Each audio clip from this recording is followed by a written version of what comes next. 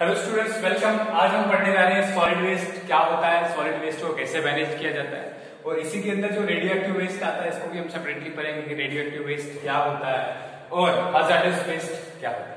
ये सारी चीजें हम देखेंगे, ठीक है। तो सबसे पहले सॉलिड वेस्ट देख लेते हैं हम कि सॉलिड वेस्ट होता क्या है। तो सॉलिड वेस्ट होता है disposed or dumped off solid material, ठीक है।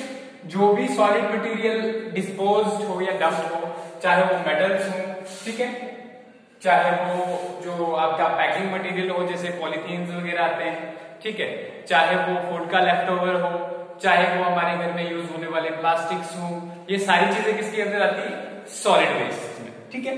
तो सबसे पहले हम सोर्सेज देखते हैं कि सॉलिड वेस्ट आता कहां से, कहां क्या होता है। तो सोर्सेज में सबसे पहले देख लेते हैं कि सॉलिड वेस्ट कहां कहां से आता है। अगर सोर्सेज की बात करें तो सॉलिड वेस्ट डिफरेंट मटेरियल से आता है, ठीक है। और डिफरेंट मटेरियल में कहां कहां से आता है? सबसे पहले म्युनिसिपल वेस्ट होता है, म्युनिसिपल वेस्ट, ठीक है। अभी म्युनिसिपल वेस्ट क्या होता है? म्युनिसिपल वेस्ट ऐसा वेस्ट होता है जो डिफरेंट सोर्सेज से निकले, जैसे करके हाउसेज से, ठीक है। The waste that is derived from houses, offices, ठीक है, ऑफिसेज से निकले, फिर इसके अलावा स्कूल से निकले, ठीक है, इसके अलावा हॉस्पिटल से निकले,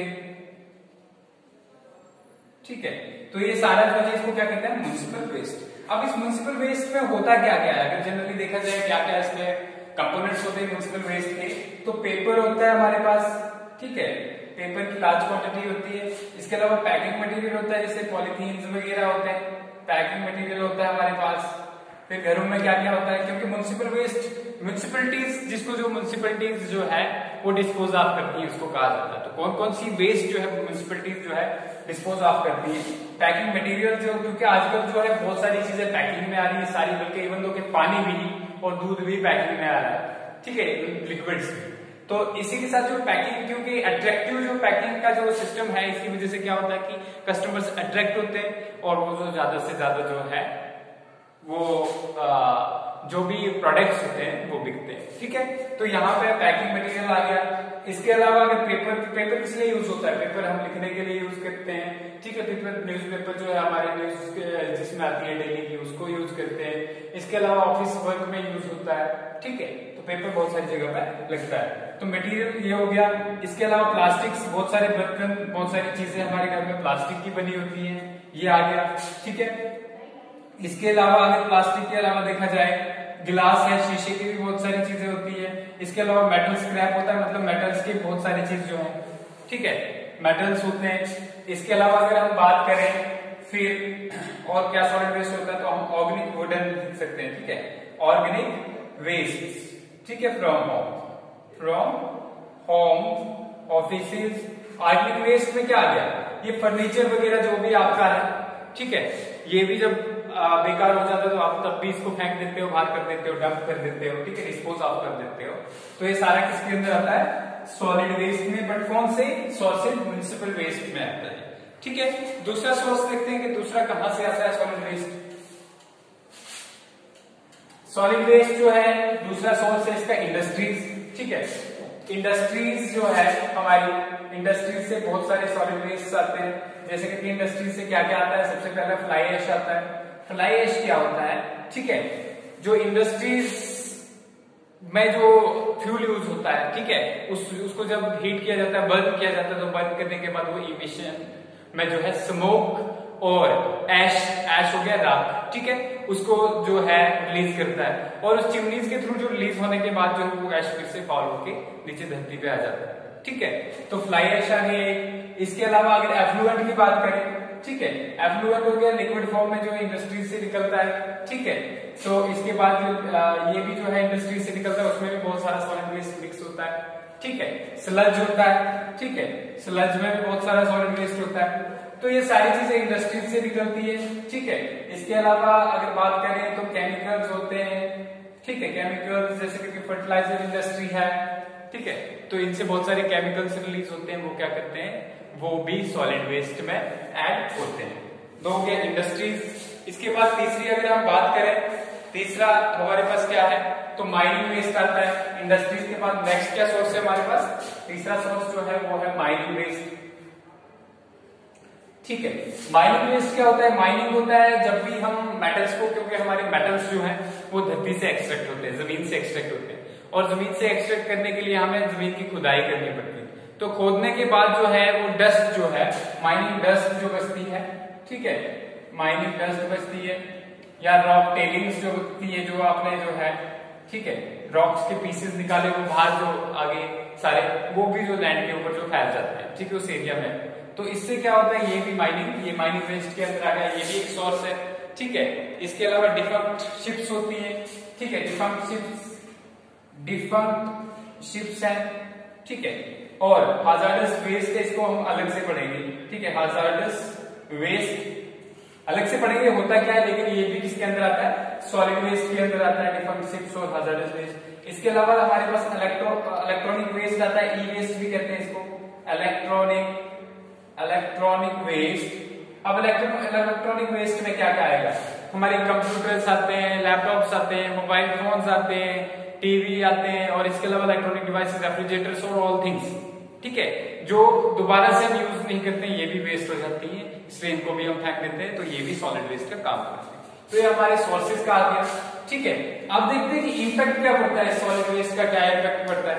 इम्पैक्ट की अगर हम बात करें, इम्पैक्ट क्या रहते हैं सॉलिड वेस्ट के, ठीक है, तो इम्पैक्ट में देखिए पहला इम्पैक्ट होता है कि सॉइल पोल्यूशन होता है, जहां पे हम इस सॉलिड वेस्ट को फेंक देते हैं, वो सॉइल जो है एग्रीकल्चर के काबिल नहीं रहती, वेजिटेशन के काबिल नहीं रहती, क्योंकि उस एरिया में जो है ये पूरे का पूरा सॉलिड वेस्ट फैल जाता है। एक चीज, दूसरा सॉलिड वेस्ट, क्योंकि हमने देखा कि सॉलिड वेस्ट में बहुत सारे हाजार्डस वेस्ट भी होते हैं, ठीक है, तो हाजार्डस वेस्ट एनिमल्स को, प्लांट्स को जो है किल करने में हेल्प करते हैं। तो एक जो है हमारे पास बायोमैग्निफिकेशन वाला प्रोसेस है, जिसको हम बाद में पढ़ेंगे, ठीक है, बायोमैग्निफिकेशन, ठीक है, ये हो जाता है। बायोमैग्निफिकेशन में क्या होता है कि जनरली जो एक केमिकल जो किसी पहले प्लांट में चला जाता है, तो वो फूड चेन के थ्रू जो हायर प्लांट्स तक जो है बहुत ही हाई कंसेंट्रेशन में पहुंचता है, ठीक है, तो बायोमैग्निफिकेशन होता है। और क्या इफेक्ट्स होते हैं सॉलिड वेस्ट के, ठीक है, कभी कभी रेडिएशंस जो है इससे बहुत सारी निकलती है, तो डिजीजेस काज होती है, ठीक है, डिजीजेस काज होती है, तो ये सारे इम्पैक्ट किसके हैं, सॉलिड। इसके अलावा अगर हम कुछ केमिकल्स की बात करें, इंडस्ट्री से निकलने वाले कैडमियम है, मरकरी है, वो डिजीज काज करते हैं, जैसे कि कैडमियम इटाई डिजीज काज करता है, मरकरी की बात करें तो मिनीमेटल डिजीज काज करता है, तो बहुत सारी डिजीजेस हमारे अंदर होती है, और बहुत सारे डिसऑर्डर, डायसेंट्री, हेडेक, ठीक है, फिर हमारा नर्व फेलियर जो है वो किसकी वजह से होता है, इन सारे वेस्ट की वजह से होता है, ठीक है, तो ये इम्पैक्ट्स आ गए। अब देखते हैं कि डिस्पोज कैसे किया जाए, ठीक है, डिस्पोज कैसे किया जाए। सॉलिड वेस्ट को डिस्पोज करने के डिफरेंट तरीके हैं। सबसे पहले हम सॉलिड वेस्ट को क्या करते हैं, मैनेजमेंट, पहले मैनेजमेंट देखते हैं, फिर डिस्पोजल देखते हैं। मैनेजमेंट जो है सॉलिड वेस्ट की मैनेजमेंट के लिए एक रूल बनाया हुआ है, 3 जो है हमारे पास आज का, क्या है, 3 आवर्स का, ठीक है, एक रूल सॉलिड वेस्ट मैनेजमेंट के लिए एक स्पेशल रूल है। ये 3 आवर्स क्या है, रेड्यूस, दूसरा है रीयूज, और तीसरा है रिसाइकल, ठीक है, ये एक जो है रूल है इसके लिए सॉलिड वेस्ट मैनेजमेंट में। इस रेड्यूस में क्या है कि जब भी आप कोई प्रोडक्ट बनाते हो, चाहे वो फैक्ट्री से बनाते हो, कहीं पे भी बनाते हो, तो उसके बनने तक, उसके कंजम्पशन तक कम से कम वेस्ट प्रोड्यूस हो। समझ में आया? जैसे कि सपोज करो हम आजकल जो भी प्रोडक्ट बना रहे हैं तो उसका वेस्ट ही वेस्ट है। शुरू में जब उस प्रोडक्ट को जो है हम रिफाइन करते हैं तो उससे जो वेस्ट निकलता है, उसके बाद उसकी पैकिंग करते हैं तो पैकिंग फेंक देते हैं और वेस्ट निकलता है, उसके बाद लास्ट में जो हम उस प्रोडक्ट को यूज करते हैं, कभी कभी इनकम्प्लीट यूज करते हैं तो और वेस्ट निकलता है। तो हर जगह ज्यादा से वेस्ट हम प्रोड्यूस कर रहे हैं, ठीक है। तो इस सब को बचाने के लिए हमारा पहला आर काम करता है, जिसका नाम है रिड्यूस। इसका मतलब ये है कि आप हर लेवल पे जो वेस्ट को रिड्यूस करोगे, ठीक है, चाहे वो कंस्ट्रक्शन या सिंपली जो हम कहेंगे मैन्युफैक्चरिंग के टाइम पे, चाहे वो प्रोसेसिंग के टाइम पे, चाहे वो कंजम्पशन के टाइम पे, चाहे वो डिस्पोजल के टाइम पे, हर बार जो है आपको वेस्ट को कोशिश करनी है कि कम से कम वेस्ट प्रोड्यूस हो। इसीलिए जो आपके घर पे फूड वगैरह के आर्टिकल्स होते हैं उतना ही बनाया जाए जितना हम यूज कर सकते हैं, ठीक है, वेस्ट ना बने। इसके अलावा लेस पॉलीथीन का यूज करो, घर से लिए हुए बैग्स का यूज करो, ठीक है। पॉलीथीन सबसे बड़ा सॉलिड वेस्ट में पॉलीथीन का जो है सबसे बड़ा अहम रोल है, और पॉलीथीन ने लगभग हमारी अर्थ को जो है डिफंक्ट करके रखा हुआ। रीजन ये है कि पॉलीथीन एक तो बहुत लंबे अरसे के लिए जो है प्रोलॉन्ग पीरियड के लिए जो है सर्वाइव कर सकते हैं पॉलीथेन्स, ठीक है। और दूसरा ये है कि जिस एरिया में ये ग्रो करते हैं उस जिस एरिया में ये होते हैं उस एरिया में तो एक तो डिफरेंट जो प्रॉब्लम्स हो जाती है, सॉइल पोल्यूशन क्रिएट हो जाती है, जिसकी वजह से जो है प्लांट्स ग्रो नहीं कर पाते। रिड्यूस के बाद दूसरा है हमारे मैनेजमेंट में रीयूज। कैसे रीयूज किया जाए? हमारी बहुत सारी ऐसी चीजें हैं, हम कोशिश करेंगे रीयूज, जैसे कि हम बॉटल्स का यूज करते हैं, ग्लासेस का यूज करते हैं, तो डिस्पोजेबल आज के दौरान में जो है डिस्पोजेबल ग्लासेस, डिस्पोजेबल जो हमारे पास जो है यूटेंसिल्स सब आ रहे हैं, ठीक है, चाहे वो प्लेट्स हैं, ग्लासेस हैं, तो इनका कम से कम यूज किया जाए, रीयूजेबल प्लेट्स का, ग्लासेस का यूज किया जाए, ताकि क्या हो कि वो वेस्ट प्रोड्यूस ना हो और उससे हमारी अर्थ पोल्यूट ना हो। तो ठीक है, तो रीयूज करना चीजों को, हो सके तो ऐसी चीजों का यूज करना जो बार बार रीयूज, ठीक है। इसके बाद तीसरा है रिसाइकल। कुछ ऐसे वेस्ट है हमारे पास जिनको हम रिसाइकल कर सकते हैं, तो उनको रिसाइकल किया जाए। कैसे रिसाइकल किया जाए? जैसे करके हमारे पास रैक पिकर्स होते हैं, ठीक है, रैक पिकर्स जिनको मोस्टली कबाड़ी बोलते हैं, कबाड़ी, तो वो क्या करते हैं कि वो जो है जितने वेस्ट होते हैं, चाहे प्लास्टिक्स हो, गिलास हो या फिर जो मेटल्स हो, तो उनको उठा के ले जाते हैं और फर्दर प्रोसेसिंग करके इंडस्ट्रीज में लेने के बाद उनको दोबारा से जो है फिर उनसे नई चीजें बनाई जाती है। जैसे अगर प्लास्टिक या पॉलीथीन को लिया जाए तो थोड़ा इंफीरियर प्लास्टिक और इंफीरियर पॉलीथीन बनाया जाता है दोबारा से, ठीक है, एक चीज। दूसरी अगर हम बात करें सॉलिड वेस्ट की, तो हमारे पास जो डिफरेंट मेटल्स हैं उनको जो है मेल्ट किया जाता है, मेल्ट करने के बाद रिफाइन किया जाता है और फिर से जो है उस मेटल की चीज बनती है। तो ये इस तरीके से हम सॉलिड वेस्ट को जो है कम से कम कर सकते हैं, ठीक है। अब देखते हैं कि जैसे कि बात कर रहे थे कि जो हमारे पास डिस्पोजल के सोर्सेज हैं, कैसे डिस्पोज कर सकते हैं, हम डिस्पोज हो गया कैसे ठिकाने लगाया जाता है। तो हम पहले सबसे पहले क्या करते हैं कि सॉलिड वेस्ट को हम बांटते हैं। किसमें बांटते हैं? एक तो बांटते हैं उसको हम ऑर्गेनिक वेस्ट में, दूसरा बांटते हैं इनऑर्गेनिक वेस्ट में। ऑर्गेनिक इनऑर्गेनिक आप जानते हो, ऐसा वेस्ट जिसके अंदर लाइफ हो, जो लिविंग ऑर्गेनिज्म से रिलीज हुआ हो, फॉर एग्जाम्पल वुड हो गया या हमारे फूड के रिमेनिंग पार्ट्स हो गए, एनिमल ह्यूमन एक्सक्रीटा हो गया, ये सब किसमें आ गया? ऑर्गेनिक वेस्ट में। इनऑर्गेनिक वेस्ट की अगर हम बात करें तो इनऑर्गेनिक वेस्ट में मेटल्स आ गए, प्लास्टिक आ गया, रबर आ गया, ठीक है, ये सारी चीजें आ गई, तो ये इनऑर्गेनिक वेस्ट के अंदर। अब ऑर्गेनिक वेस्ट के लिए हमारे पास स्पेशल प्रोसेस है इसको डिस्पोज करने का, वो है कंपोस्टिंग। क्या है?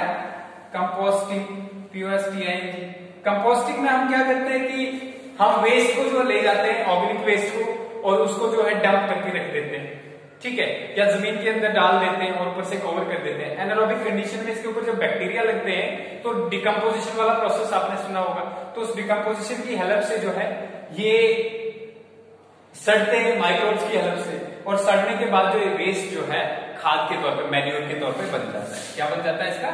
मैन्यूर, खाद बन जाती है। और ये मैन्यूर को हम खेतों में यूज कर सकते हैं दोबारा से जो है। अगर इस मैन्यूर को फर्दर हमने जो है और न्यूट्रिएंट ऐड करने होंगे तो थोड़ा सा हम इसमें जो है आर्टिफिशियल न्यूट्रिएंट्स ऐड कर सकते हैं, ठीक है, और उसके बाद ये जो है बहुत इंपॉर्टेंट हो जाता है प्लांट्स के लिए, जिसके ऊपर अच्छे से प्लांट्स ग्रो कर सकते हैं। इसलिए हमें फर्टिलाइजर्स का भी यूज नहीं करना पड़ेगा, इस मैन्यूर का यूज कर सकते हैं। इसमें क्या क्या आ सकता है? ह्यूमन एक्सक्रीटा, एनिमल एक्सक्रीटा आ सकता है, ठीक है। इसके अलावा और क्या आ सकता है? इसके अलावा आ सकता है हमारे फूड के वेस्ट, ऑर्गेनिक वेस्ट, जितने प्लांट्स और एनिमल्स के जितने भी सारे वेस्ट हैं उसको हम इसमें इंक्लूड कर सकते हैं। तो पहला कंपोस्टिंग हो गया आपका, ठीक है। कंपोस्टिंग के बाद जो है दूसरा हमारे पास, कभी कभी हम क्या करते हैं कि एनिमल वेस्ट को जो है हम जैसे करके एनिमल वेस्ट से हम गोबर गैस भी निकालते हैं, ठीक है। एनिमल का जो एक्सक्रीट है उसको पानी में मिक्स किया हमने, एक टैंक में डाल दिया, ठीक है, उसको फर्मेंटेशन के डाल दिया, एनारोबिक बैक्टीरिया उसके ऊपर फीड करते हैं और गैस रिलीज होती है, मीथेन गैस। उस मीथेन गैस को हम जो है किचन में यूज कर सकते हैं, ठीक है। और जो बाकी हमारे पास एक्सक्रीटा होगा इससे कंपोस्ट बनेगा, तो मैन्यूर भी और एनर्जी भी मिल गई हमें, ठीक है, फूड की कुकिंग के लिए, और साथ में जो है क्या हो गया, साथ में मैन्यूर भी बन गया, ठीक है। तो कंपोस्टिंग से ही होता है। दूसरा हमारे पास सॉलिड वेस्ट मैनेजमेंट का तरीका है, ठीक है। सॉलिड वेस्ट मैनेजमेंट जो है इसका दूसरा तरीका हमारे पास जो है लैंड फिलिंग। क्या है? लैंड फिलिंग या डंपिंग भी बोलते हैं सिंपली। आपने देखा होगा कि सिटीज आपकी जो डोडा के आसपास का वाला एरिया जो है उसमें जो है जो डोडा के म्युनिसिपल वेस्ट जो है सारा उसमें जाके डाल दिया जाता है डंप नाले के आसपास, ठीक है।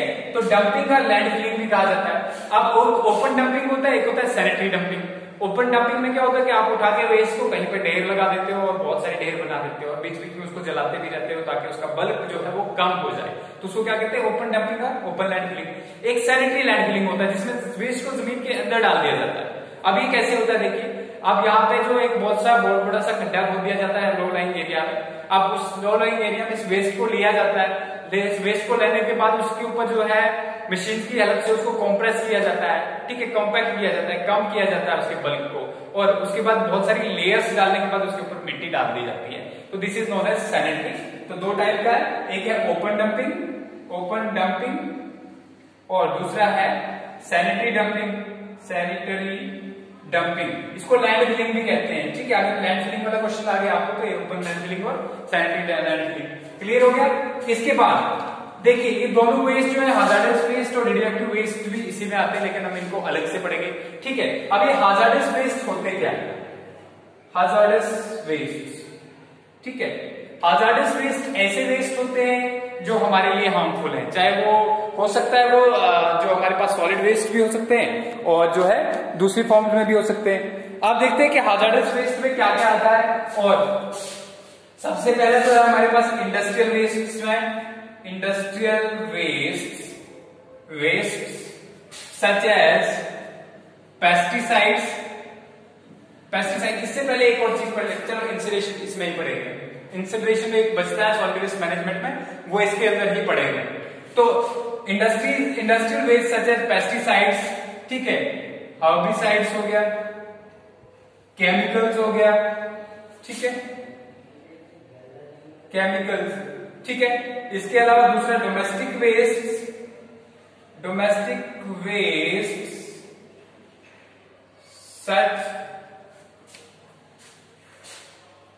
such as metal scraps, ठीक है, मेटल स्क्रैप्स आ जाता है इसमें, ठीक है। तो इसके अलावा जो है और मेटल स्क्रैप्स हो गया या ग्लास आ गया, ठीक है, जिससे किसी भी तरीके से जो है इंसान को नुकसान पहुंच सकता है। नुकसान कैसे पहुंच सकता है, या उनको आग लग सकती है, या जैसे कि शीशा है तो टूट गया तो इंजरी हो सकती है। हाजार्डस वेस्ट ऐसे वेस्ट होते हैं जो इंजूरियस हो, जो इंजुरी काज कर सकते हैं ह्यूमन बीइंग में, ठीक है। Simply hazardous waste are those solid और लिक्विड किसी भी फॉर्म में हो सकते हैं waste that can cause injury to human beings, ठीक है, ह्यूमन बीइंग के लिए जो इंजुरी हो सकते हैं, ठीक है, or card human health hazard. तो डोमेस्टिक वेस्ट में ये आ गया। इसके अलावा हमारे पास डोमेस्टिक वेस्ट में, इंडस्ट्रियल वेस्ट में जो है फ्यूल्स हो सकते हैं कुछ, ठीक है, फ्यूल्स हो गए। अब इसके अलावा जो है डोमेस्टिक वेस्ट में और क्या हो सकता है, डोमेस्टिक वेस्ट में जो है फायर वाले जो है fire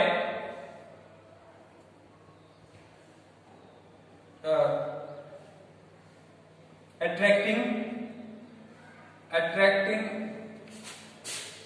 things such as paints, aerosols, perfumes etcetera, ठीक है। तो ये भी जो है ये भी क्या कर सकते हैं, आग पकड़ सकते हैं और कभी भी इंसान के लिए तो नुकसानदायक हो सकते हैं। तो ये वेस्ट इसमें आ गई, ठीक है। और इसके बाद जो है ये तो आ गया हमारे पास वेस्ट। इसके बाद तीसरे नंबर पे हॉस्पिटल वेस्ट है, सॉलिड वेस्ट में भी आते हैं हॉस्पिटल वेस्ट, ठीक है, हॉस्पिटल वेस्ट, ठीक है। इसमें बहुत सारे हॉस्पिटल वेस्ट में बहुत सारे हाजार्डस मटेरियल आता है, जैसे सिरिंजेस आ गया, नीडल्स आ गया, ठीक है। नीडल्स के अलावा जो है बहुत सारे जो है मेडिसिन आ गया, हार्मफुल केमिकल्स। तो ये सारे जो है किसके अंदर आते हैं, हाजार्डस वेस्ट के, ठीक है। ये सारे सोर्सेज हैं हाजार्डस वेस्ट के हमारे पास, ठीक है, जहां से हमें हाजार्डस वेस्ट जो है मिल सकते हैं। इसके अलावा अगर हम बात करें, ठीक है, इसके अलावा अगर हम बात करें तो बहुत सारे वेस्ट में जो है पैथोजेंस, ठीक है, pathogens from left over food and organic waste, ये भी ह्यूमन के लिए जो हाजार्डस हो सकते हैं। तो ये सारे वेस्ट के आगे हाजार्डस वेस्ट होते हैं जो हमारे ह्यूमन बीइंग्स के लिए नुकसानदायक हो सकते हैं, इनसे हमें नुकसान पहुंच सकता है। ये तो आगे सोर्सेस।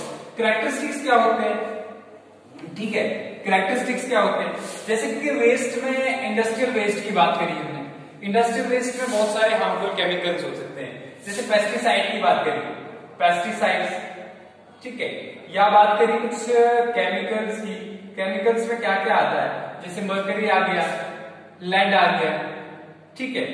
फिर इसके अलावा जो है हमारे पास और भी सारी जो चीजें हैं, मैग्नीशियम आ गया। तो ये जो है क्या करते हैं, ये ह्यूमन बींग्स में जो है डिजीजेस काज कर सकते हैं, ठीक है।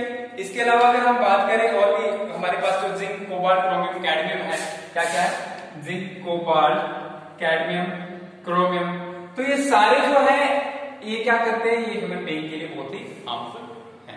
और इन वेस्ट को, क्योंकि डिफरेंट डिजीज, जैसे मरकरी की बात करें तो मरकरी हमारे अंदर एक डिजीज काज करती है, ठीक है, मिनीमाटा, ठीक है, मिनीमाटा डिजीज है। या कैडमियम की बात करें, ठीक है, इटाई डिजीज है, इटाई।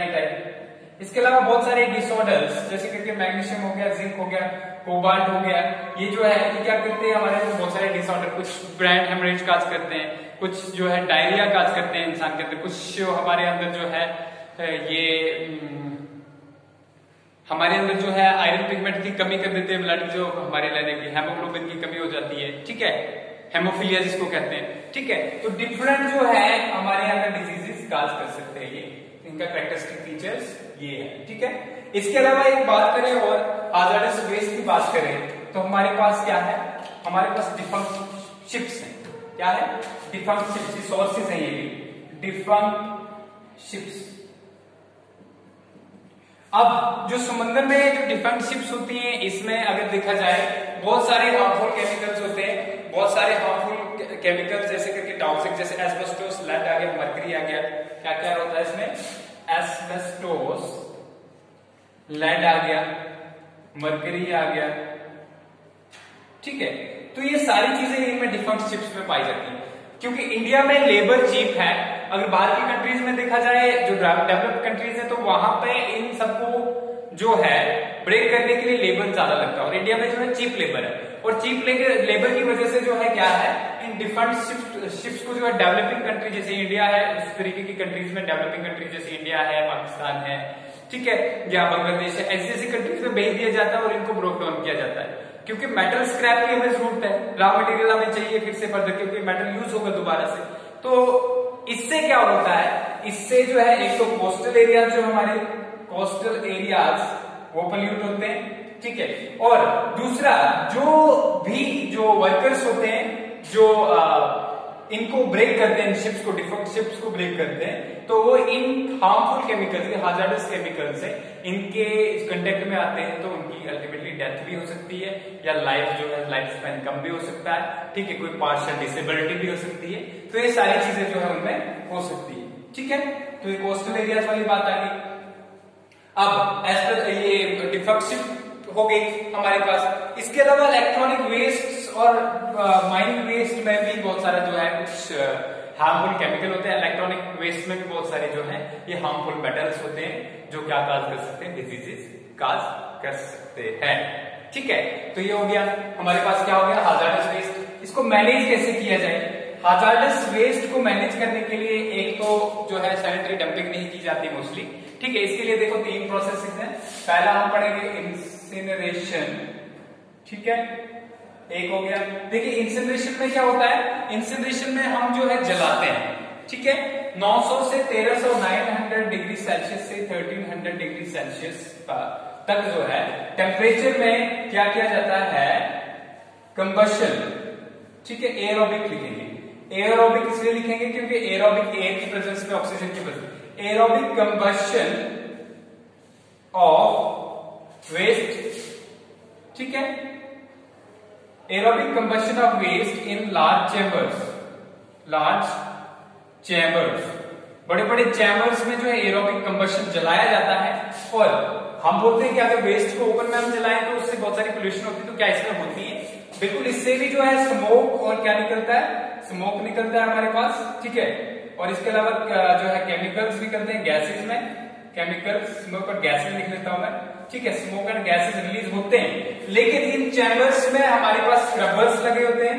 क्या लगे होते हैं, स्क्रबर्स, जो क्या होते हैं, या तो इस स्मोक में जो डस्ट पार्टिकल्स वगैरह जो भी होंगे उसको जो अट्रैक्ट कर लेते हैं, या हमारे पास इलेक्ट्रोस्टैटिक प्रेसिपिटेटर होता है, इलेक्ट्रोस्टैटिक प्रेसिपिटेटर्स प्रेजेंट होते हैं, प्रेसिपिटेटर्स, ये इलेक्ट्रोस्टैटिक प्रेसिपिटेटर्स क्या करते हैं, ये जो हार्मफुल गैसेस और स्मोक होते हैं इनको एब्सॉर्ब कर देते हैं इसके अंदर जो मेटल्स, क्योंकि हाई इलेक्ट्रिक उसमें जो है नेगेटिव चार्ज प्रोवाइड कर देते हैं इनको पार्टिकल्स को, और वो प्लेट्स के ऊपर फंस जाते हैं, ठीक है। और इसकी वजह से जो बाहर जो है कम से कम पोल्यूशन जाता है। तो ये क्या है, इनसिनरेशन का एक प्रोसेस है जो कि इसके लिए हम हैजार्डस वेस्ट के लिए यूज करते हैं। एक चीज होगी। दूसरा हमारे पास क्या है, दूसरा प्रोसेस अगर हम हैजार्डस वेस्ट की बात करें तो डीप वेल इंजेक्शन। क्या है, डीप वेल इंजेक्शन। अब देखिए डीप वेल इंजेक्शन में क्या होता है।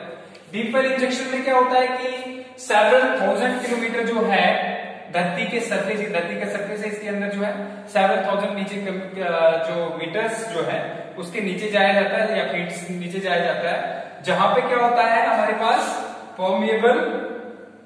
परमिएबल सैलाइन लेयर्स प्रेजेंट होती है, ठीक है। रॉक्स क्या होती है, परमिएबल सैलाइन। परमिएबल मतलब उनमें एब्जॉर्ब हो सकता है, ठीक है। अब देखिए यहां पे होता है क्या है, इसको करने से पहले डीप से इंजेक्शन को करने से पहले हमें ध्यान रखना पड़ता है कि एक्वीफर्स कहीं जो है हमारे वो खराब ना हो, ठीक है। एक्वीफर्स क्या होते हैं, हमारा ग्राउंड वाटर आपने सुना होगा, धरती के अंदर जो ग्राउंड वाटर होता है। अब जैसे ही जो है ये ग्राउंड वाटर पहले धरती के जितनी दूरी पे होगा उसके नीचे फिर क्या होता है, ये आ गया हमारे पास फ्रेश वाटर एक्वीफर, उसके बाद सैलाइन वाटर एक्वीफर आता है, उसके बाद रॉक्स होती है, बहुत सारी रॉक्स की लेयर्स होती है, ठीक है। मतलब इस पानी के बहुत नीचे जाया जाता है और वहां पे जो है एक पाइप के थ्रू एक बड़ी सी पाइप लगाई जाती है, ठीक है। इस पाइप के बाहर से कहीं लीकेज वापस ऊपर ना आए इसलिए इसको सीमेंटिंग किया जाता है और गाज प्रोवाइड की जाती है, ठीक है। और गाज प्रोवाइड करने के बाद जो है यहाँ से डबल गाज होती है, सरफेस गाज, ठीक है। और यहां से जो है इसके अंदर दूसरी पाइप के थ्रू जो है हमारे पास इसके बीच में सीमेंट जो है डाल दिया जाता है, ठीक है। इसको सील कर दिया जाता है और यहाँ से लिक्विड वेस्ट हम डालते हैं और वो लिक्विड वेस्ट जो है क्योंकि ये सलाइन लेयर्स मैंने बोला कि परमेबल होती है तो सलाइन लेयर्स में इजिली जो है चले जाता है। तो ये क्या आ गया, डीप वेल इंजेक्शन। तीसरा हमारे पास जो है, तीसरा है प्लाज्मा टॉर्च टेक्नोलॉजी, ठीक है। प्लाज्मा टॉर्च टेक्नोलॉजी में क्या होता है, देखिए नॉर्मली कुछ लोग कहते हैं कि इंसुलेशन का जैसा होता है, लेकिन ये प्लाज्मा टॉर्च भी कहते हैं और प्लाज्मा आर्क भी कहते हैं। क्या कहते हैं, प्लाज्मा आर्क। इसमें क्या किया जाता है कि वेस्ट को एक बहुत ही एक ट्यूब से पास किया जाता है, ठीक है। उस ट्यूब में इलेक्ट्रिक डिस्चार्ज जो है उसकी वजह से गैसेस की वजह से बहुत ज्यादा हीट प्रोड्यूस होती है। कितनी हीट प्रोड्यूस होती है, लगभग 1200 से 2400 डिग्री सेल्सियस तक हीट प्रोड्यूस होती है, ठीक है। तो इतनी सारी हीट जो प्रोड्यूस होती है उसमें क्या किया जाता है कि ये सॉलिड वेस्ट जो है हमारे पास उसको यहां से डाला गया, सॉलिड वेस्ट को डाला गया और इसको जलाया नहीं जाता है। इतनी हीट पे जलाया नहीं जाता, पर हीट की वजह से ये क्या हो जाता है, पहले तो सॉलिड वेस्ट लिक्विड में कन्वर्ट हो जाता है और फिर वेपर्स में कन्वर्ट हो जाता है और इन वेपर्स को जो है बाद में कंडेंस किया जाता है और कंडेंसेशन से हमें दो चीजें मिलती है, एक तो गैसेस फॉर्म में बन जाता है, ठीक है, और एक जो है सॉलिड फॉर्म में। जो सॉलिड फॉर्म में यूज होता बन जाता है हमारे पास सॉलिड मटेरियल, उसको हम जो है रोड्स वगैरह में ब्लॉक्स में यूज करते हैं। और जो गैसेस फॉर्म में जो गैसेस होगी या तो उनको जो है हम फ्यूल के तौर पे यूज करते हैं इंडस्ट्रीज में, या तो जो है अगर हार्मफुल होगी तो उनको जो है फिल्टर करके उनको हटा दिया जाता है। तो ये प्रोसेस क्या है, plasma arc technology. Plasma arc और इंसिनरेशन में क्या फर्क है, प्लाज्मा आर्क में ये होता है कि उनको जलाया नहीं जाता, जैसे कंबशन में उनको जला दिया जाता है, ठीक है, और गैसेस रिलीज होती है। यहाँ पे जलाया नहीं जाता, यहाँ बहुत ज्यादा हीट दी जाती है। हीट की वजह से क्या होता है कि लिक्विड फॉर्म में होती है पहले और फिर बाद में गैसेस फॉर्म में कन्वर्ट हो जाती है। उन गैसेस को कूल किया जाता है, हमारे पास दो चीजें मिलती है, ठीक है। एक तो सॉलिड फॉर्म में चीजें मिलती हैं और एक गैसेस फॉर्म में चीजें मिलती है। जो गैसेस फॉर्म में मिलती है उनको हम जो है फ्यूल के तौर पे यूज करते हैं और सॉलिड फॉर्म में जो चीजें मिलती हैं उनको जो है हम क्या करते हैं, हम सोलिंग के लिए, रोड्स वगैरह के लिए यूज करते हैं या बिल्डिंग मटेरियल के लिए यूज करते हैं, ठीक है। एक ये चीज होगी। इसके बाद हम देखेंगे कि हमारे पास जो है फ्लाई ऐश जो है कैसे उसको हम यूज करते हैं। फ्लाई ऐश को क्या करते हैं, फ्लाई ऐश को हम कंडेंस करते हैं और उससे क्या बनाते हैं, ठीक है, उससे हम जो है डिफरेंट चीजें बनाते हैं, जैसे करके सॉलिड कोई भी चीजें जो यूज बिल्डिंग मटेरियल में यूज हो सकती है, ठीक है। इसके बाद लास्ट है हमारा radioactive waste. Radioactive waste ऐसा वेस्ट होता है जो रेडिएशन एमिट करे। तीन टाइप का वेस्ट हो सकता है, ठीक है, जो लो इंटेंसिटी वाली रेडिएशन, एक मीडियम इंटेंसिटी और हाई इंटेंसिटी। लो इंटेंसिटी वाले जो है हमारे जो जैसे टोबैको प्लांट है उससे भी रिलीज होता है, या फिर जो हम न्यूक्लियर रिएक्टर्स में पानी यूज करते हैं उसमें भी थोड़ी लो इंटेंसिटी वाली रेडिएशन होती है, तो ज्यादा हार्मफुल नहीं होती, ठीक है, उसको प्रॉपर्ली कोई डिस्पोज नहीं किया जाता है। इंटरमीडिएट डेंसिटी में क्या होता है कि जो लेफ्ट ओवर फ्यूल है, कभी कभी फ्यूल जो है जो न्यूक्लियर रिएक्टर्स वगैरह जो है उनका फ्यूल जो बाद में जो यूज होता है उसमें उतनी रेडिएशन नहीं होती, लेकिन उसको भी प्रॉपर्ली डिस्पोज किया जाता है। और तीसरा जो हाई इंटेंसिटी, इसको हमें डिस्पोज करने की, इसमें क्या होता है कभी कभी न्यूक्लियर रिएक्टर से फ्यूल लीक हो जाता है और वो लीक होने के बाद जो बहुत ज्यादा डिजास्टर काज करता है। ठीक है, ये हो गया। जैसे कि आपने जापान में सुना होगा फुकुशिमा डिजास्टर जो न्यूक्लियर रिएक्टर वाला हुआ था। ठीक है, इसके अलावा जो हाई इंटेंसिटी जो हमारे पास फ्यूल है, इसमें कभी कभी क्या होता है कि ये इसको हमें डिस्पोज ऑफ करना बहुत ज्यादा जरूरी होता है। और इसको डिस्पोज ऑफ करने के लिए हमें क्या करना पड़ता है, इसको डिस्पोज ऑफ करने के लिए लगभग पहले इसको हम 50 से हाई कंटेनर जो लीक प्रूफ कंटेनर्स में डालते हैं 50 से 100 साल तक, और उसको जो है पानी में डाल देते हैं। ठीक है, पाउंड्स में। और उसके बाद जब उसमें जो रेडिएशन जो कम हो जाती है तो उसको जो है लगभग हमें जो है 500 मीटर नीचे जो है आज में उसको दबा देते हैं। ठीक है, या सी के जो सतह होती है नीचे उस पर डाल देते हैं। ठीक है, तो ये सारा हमारे पास सॉलिड वेस्ट, साधारण वेस्ट और रेडियोएक्टिव वेस्ट। ओके।